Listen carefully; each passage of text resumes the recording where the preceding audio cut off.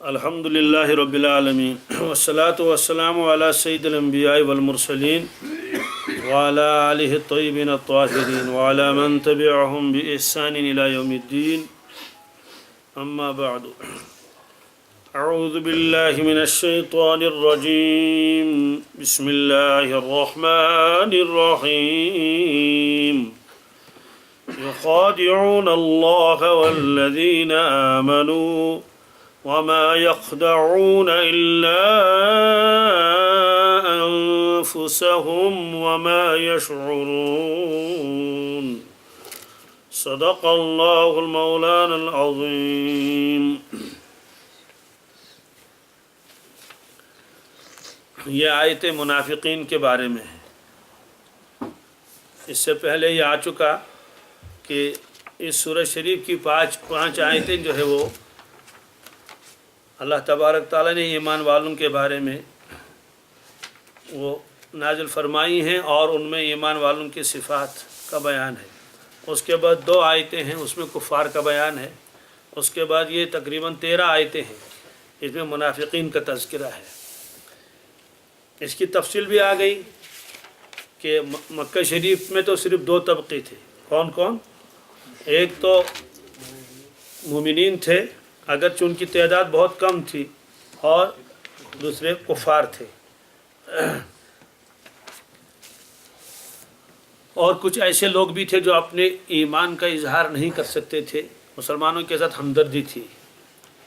تو بہرحال مدینہ طیبہ میں ایک اور طبقہ وجود میں آیا. تھے تو اندر سے وہ کافر ہی، لیکن ظاہر سے وہ مسلمان تھے، اور اس کی وجہ آ گئی. اس کی وجہ یہ ہے کہ مدینہ طیبہ میں ایک تو وہاں کے اصل باشندے تھے جو کفار تھے. دوسرا طبقہ وہاں بہت بڑا تھا یہود کا. یہود کو اہل کتاب تھے. تو خزرج کا ایک شخص تھا، اس کا نام تھا عبداللہ ابن ابی، وہ ان کا رئیس تھا. تو خزرج والوں نے بھی اور اوس جو دوسرا قبیلہ تھا بہت بڑا، ان دونوں نے بے اتفاق رائے اس کو اپنے لیے رئیس مانا تھا اور چنا تھا اس کو سردار. تاج پوشی کا دن آنے والا تھا، تاج بھی بنایا گیا تھا اس کے لیے. اسی اثنا میں رسول اللہ صلی اللہ علیہ وسلم مدینہ طیبہ تشریف لائے تو سب لوگوں کی توجہ حضور پاک صلی اللہ علیہ وسلم کی طرف ہو گئی.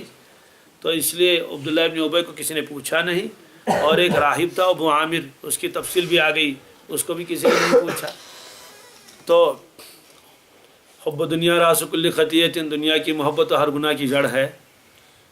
دنیا میں لڑائیاں جھگڑے ہیں، یا تو مال کی بنیاد پر یا تو شہرت کی بنیاد پر کہ یہ سیٹ مجھے مل جائے. تو کافروں کے یہاں تو ظاہر سی بات ہے وہی مقصدی زندگی تھا. اس لیے کھلم کھلا مقابلہ تو نہیں کر سکے وہ، کیونکہ مسلمانوں کی تعداد زیادہ تھی مدینہ طیبہ میں. اس لیے انہوں نے کہا کہ بھائی غنیمت تو یہی ہے کہ ظاہری اعتبار سے تو مسلمان بن جاؤ اور اندر سے اپنی کارروائی کر لو، کفار کا ساتھ دے دو، یہود کا ساتھ دے دو، اور ان مسلمانوں کو کسی طرح سے مغلوب کر لو.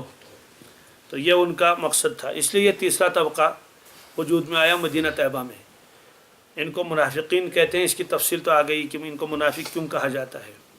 تو انہی کے بارے میں اللہ تبارک تعالیٰ نے یہ فرمایا کہ لوگوں میں سے کچھ لوگ ایسے ہیں جو کہتے ہیں آمنا باللہ وبالیوم الآخر، ہم ایمان لائے اللہ پر آخرت کے دن پر، وما ہم بمومنین، حالانکہ وہ ایمان والے ہیں ہی نہیں، بالکل نہیں، یہ جھوٹ بول رہے ہیں. یخادعون اللہ والذین آمنوا، یہ دھوکہ دیتے ہیں اللہ تبارک تعالیٰ کو اور ایمان والوں کو. اس کی تفصیل بھی آ گئی کہ دھوکہ تو آدمی انسان کو دے سکتا ہے نا، بے خبری میں دھوکہ لگ گیا، لیکن اللہ تبارک تعالیٰ کو کون دھوکہ دے سکتا ہے؟ اس کے 2 جواب بتائے گئے تھے. ایک تو یہ ہے کہ یہاں مراد یہ ہے یہ اللہ کو تو دھوکہ نہیں دے سکتے، لیکن یہ اللہ کے نبی صلی اللہ علیہ وسلم کو دھوکہ دینا چاہتے ہیں. اس لیے کہ جس نے اللہ کے نبی صلی اللہ علیہ وسلم کو دھوکہ دیا گویا اس نے اللہ کو دھوکہ دیا. اور اس کا ثبوت قرآن پاک میں بھی ہے. اللہ تبارک تعالیٰ فرماتے ہیں وَمَن يُطِعِ الرَّسُولَ فَقَدْ أَطَاعَ اللَّهَ، جس نے اللہ کے نبی صلی اللہ علیہ وسلم کی اطاعت کی اس نے اللہ تعالیٰ کی اطاعت کی. اسی طرح سے ایک جگہ فرمایا کہ ان الذین یبایعونک انما یبایعون اللہ، جو لوگ آپ کے ہاتھ پر بیعت ہوتے ہیں، جنہوں نے بیعت کی آپ کی دست مبارک پر، انہوں نے گویا اللہ تبارک تعالیٰ کے ہاتھ پر بیعت کی، تو گویا کہ رسول اللہ صلی اللہ علیہ وسلم کی طرف کے جو افعال ہوئے، جو معاملات ہیں، ان کو اللہ تعالیٰ نے اپنی طرف نسبت فرمایا۔ تو اس طرح فرمایا کہ یہ لوگ اللہ کے نبی صلی اللہ علیہ وسلم کو دھوکہ دیتے ہیں، اور اللہ کے نبی صلی اللہ علیہ وسلم اپنی طرف نہیں بلاتے ہیں، اللہ کی طرف بلاتے ہیں۔ گویا کہ انہوں نے کس کو دھوکہ دیا؟ اللہ تعالیٰ کو۔ اللہ تعالیٰ کو تو دھوکہ کوئی دے نہیں سکے گا۔ تو ایک جگہ فرمایا وہ خادعہم، اللہ تعالیٰ واپس ان کو دھوکہ دیتا ہے۔ اللہ تعالیٰ کیسے واپس دھوکہ دے گا؟ یعنی یہ جو دھوکہ دے رہے ہیں اس کے اوپر جو عذاب آنے والا ہے، اللہ تعالیٰ ان کو سزا میں مبتلا کر دے گا۔ والذین آمنوا، اور دھوکہ دیتے ہیں ایمان والوں کو۔ ایمان والوں کو کیسے دھوکہ دیتے ہیں یہ آگے آئے گا۔ وَإِذَا لَقُوا الَّذِينَ آمَنُوا قَالُوا آمَنَّا، ایمان والوں سے جب یہ ملاقات کرتے ہیں کہتے ہیں کہ ہم بھی ایمان والے ہیں۔ وَإِذَا خَلَوْا إِلَىٰ شَيَاطِينِهِمْ، جب اپنے شیطانوں کے پاس جاتے ہیں قَالُوا إِنَّا مَعَكُمْ، کہتے ہیں ہم تو اصل تمہارے ساتھ ہیں۔ إِنَّمَا نَحْنُ مُسْتَهْزِئُونَ، مسلمانوں کو مذاق کرتے تھے، کیا کرتے تھے؟ تو اس طرح سے دھوکہ دیتے تھے کہ زبان سے کچھ ظاہر کرتے تھے اور دل میں کچھ چھپا کے رکھتے تھے۔ یہ فرمایا تو اللہ تعالیٰ فرماتے ہیں وَمَا يَخْدَعُونَ إِلَّا أَنفُسَهُمْ، وہ کسی کو دھوکہ نہیں دیتے ہیں مگر دھوکہ دیتے ہیں اپنے ہی آپ کو، اپنے ہی ذات کو دھوکہ دیتے ہیں۔ وَمَا يَشْعُرُونَ، لیکن اس کا شعور ان کو نہیں ہے۔ تو دھوکہ کس کو کہتے ہیں؟ خدا یخدو کے معنی آتے ہیں اصل میں چھپانا، کیا جی اخفا کے معنی آتے ہیں، خدا یخدا۔ اسی لیے اہل عرب خزانے کو مخدا بھی کہتے ہیں، خزانے کو کنز بھی کہتے ہیں اور مخدا بھی کہتے ہیں، کیونکہ وہ چھپا ہوا رہتا ہے۔ تو دھوکے والا کیا کرتا ہے؟ دھوکہ والا اصل حقیقت اپنے دل میں چھپا کے رکھتا ہے، صحیح بات بتاتا نہیں، بعد میں آگے پتہ چلتا ہے کہ بھائی اس نے تو دھوکہ دیا، اس کے دل میں تو کچھ اور تھا، ظاہر میں تو اس نے کچھ اور مجھے بتایا تھا۔ یہ ہے گویا دھوکہ دینے والا اصل حقیقت کو چھپا کر رکھتا ہے تاکہ اپنا مقصد حاصل کر سکے، اس لیے اس کو عربی میں خدع کہتے ہیں۔ یہ لفظ کہاں سے نکلا ہے؟ خدع الضب، یہ پہلے بھی آ گیا کہ ایک جانور ہے اس کو عربی میں ضب کہتے ہیں اور اردو میں اس کو گوہ کہتے ہیں، سوسمار بھی اس کو کہتے ہیں فارسی والے۔ یہ کشمیری میں اس کا نام ہے، اس کو کشمیری میں دو نام ہیں، ایک ہے وٹ خریز کیا، اور کشمیری ڈکشنری میں لکھا ہے وٹ کھرکل، کھریکس کیا وہاں سے وہ جو ہوتی ہے وہ ہے گرگٹ قسم کے ہوتا ہے، وہ اسی طرح کا ہوتا ہے، اس کے اوپر وہ لکیریں لگی رہتی ہیں۔ وہ اہل عرب اس کو مارتے تھے، کھاتے تھے، وہ زمین کے اندر رہتی ہے، اس کا اپنا بل ہوتا ہے۔ شکاری جب آتا ہے اس کو شکار کرنے کے لیے تو ایسا دھوکہ باز جانور ہے وہ شکاری کو دیکھتا ہے شکاری یہاں ہے تو وہ بل کے پاس آ جاتا ہے بالکل سوراخ کی ابتدا میں، اور یوں سر نکال کے شکاری کو دیکھتا ہے اور پھر سر اندر داخل کر لیتا ہے، پھر نکلتا ہے۔ تو شکاری گھنٹوں انتظار میں رہتا ہے، یہ ابھی نکلے، یہ ابھی نکلے، یہ ابھی نکلے۔ تو وہ کرتا کیا ہے، تھوڑا سا اس کو دکھانے کے بعد بس بل کے اندر چلا گیا اور اس کا نکلنے کا دوسرا راستہ ہوتا ہے، وہاں سے چلا جاتا ہے، ہو گیا غائب۔ وہ شکاری وہاں انتظار میں رہتا ہے، اس لیے اہل عرب کہتے ہیں خدا الضب، کیا بڑا دھوکہ دیا اس جانور نے، ایک ڈیڑھ گھنٹہ میرا تو ضائع ہو گیا، بعد میں دیکھا تو کہ وہ تو وہاں ہے نہیں، وہ تو کہیں اور دوسرے سراغ سے چلا گیا ہے۔ تو یہ اس کو خدا ضب کہتے تھے۔ اسی لیے اہل عرب کے یہاں کہتے ہیں ضب علی ما فی نفسہ، اس کا مطلب یہ ہے کہ دل کی بات کو چھپا کے رکھا، دل کی بات کو۔ بہرحال یہ فرمایا وما یخدعون، یہ لوگ کسی کو دھوکہ نہیں دیتے۔ کیا مطلب ہے؟ اللہ کو دھوکہ نہیں دے سکتے، اللہ کے نبی صلی اللہ علیہ وسلم کو دھوکہ نہیں دے سکتے، ایمان والوں کو دھوکہ نہیں دے سکتے۔ سوال کیوں ہے؟ ایمان والوں کو دھوکہ دے سکتے ہیں؟ کہتے ہیں نہیں، دھوکہ تو تب لگ جاتا جب ان کی کارروائی کامیاب ہو جاتی، جب یہ ناکام ہو گئے تو دھوکہ کسی کو لگا ہی نہیں، ہر موقع پر یہ ناکام ہی رہے۔ اور پھر دوسری بات یہ ہے کہ ان کی جو چال وغیرہ تھی، اللہ تبارک تعالیٰ اس چال کو ظاہر کرتے تھے مسلمانوں کے اوپر۔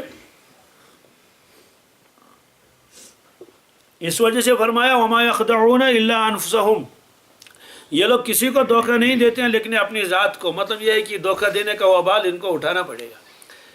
وما یشعرون، لیکن ان کو اس کا شعور نہیں ہے۔ شعور عربی لفظ ہے اور اس کا اردو ترجمہ ہے احساس، کیا جی، یہاں یعلمون کے بجائے یشعرون فرمایا، اور یشعرون کہتے ہیں علمی حصی کو، کس کو جی، احساس جو ہوتا ہے، اسی لیے کہتے ہیں مشاعر انسان کے آلات حواس کو کہتے ہیں مشاعر انسان کہ اس کے آلات حواس کو مشاعر کہتے ہیں. کیا کہتے ہیں؟ مشاعر کا لفظ قرآن پاک میں بھی مشعر الحرام، مشاعر حواس. اس کا مطلب تو یہ ہے کہ اس دھوکے کے اوپر جو سزا ان کو ملنے والی ہے اور جو ان کو نقصان ہونے والا ہے وہ بالکل سامنے ہے، محسوس چیز ہے. لیکن محسوس چیز کو بھی یہ نہیں سمجھتے ہیں، اتنے بیوقوف ہیں اور اتنے گویا کہ غافل ہیں.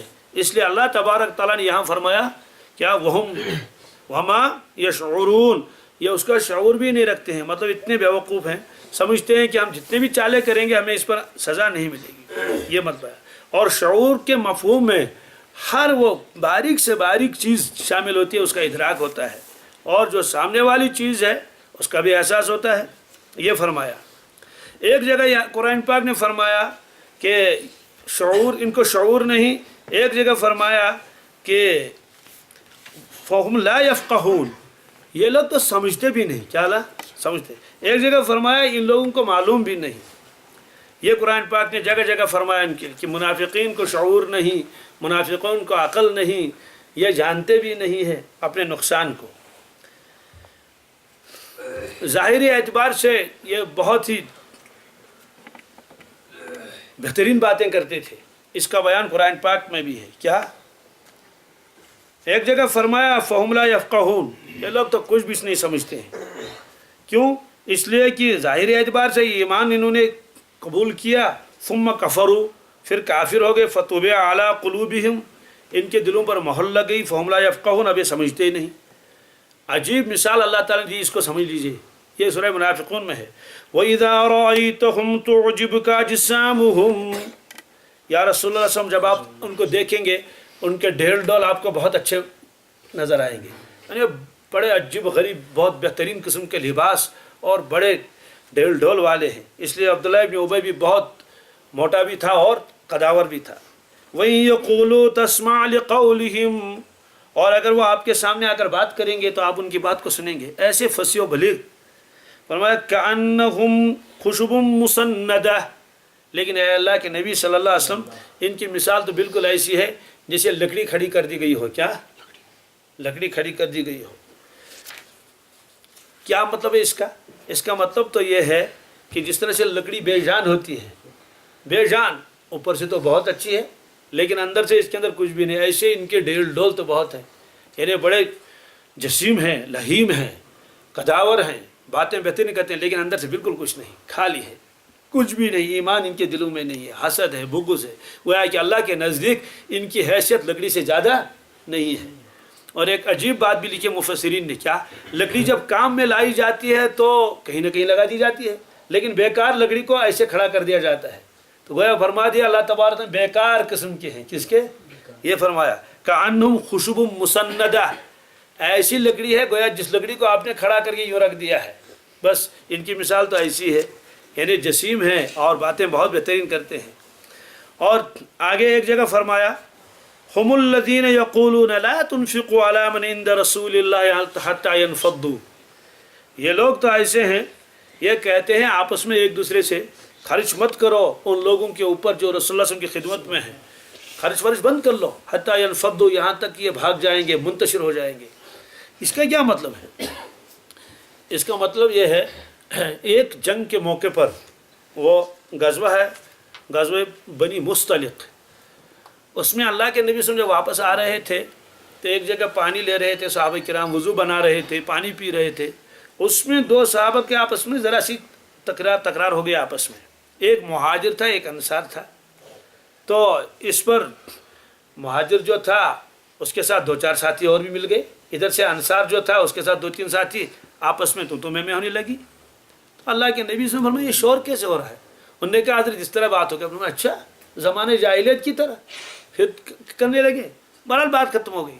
عبداللہ ابن ابی بھی اس جنگ میں ساتھ اس لیے گیا تھا اور منافقین بھی تھے، ان کو معلوم تھا کہ آج مال غنیمت بہت ملے گا، تو مال غنیمت کے لالچ میں وہ گئے تھے. اب جب دیکھا اس نے کہ ایک انصاری ہے اس کے ساتھ ایک مہاجر نے تو میں کی، تو بس اس کو موقع مل گیا بھڑکانے کا. کس کو بھڑکایا؟ انصار کو.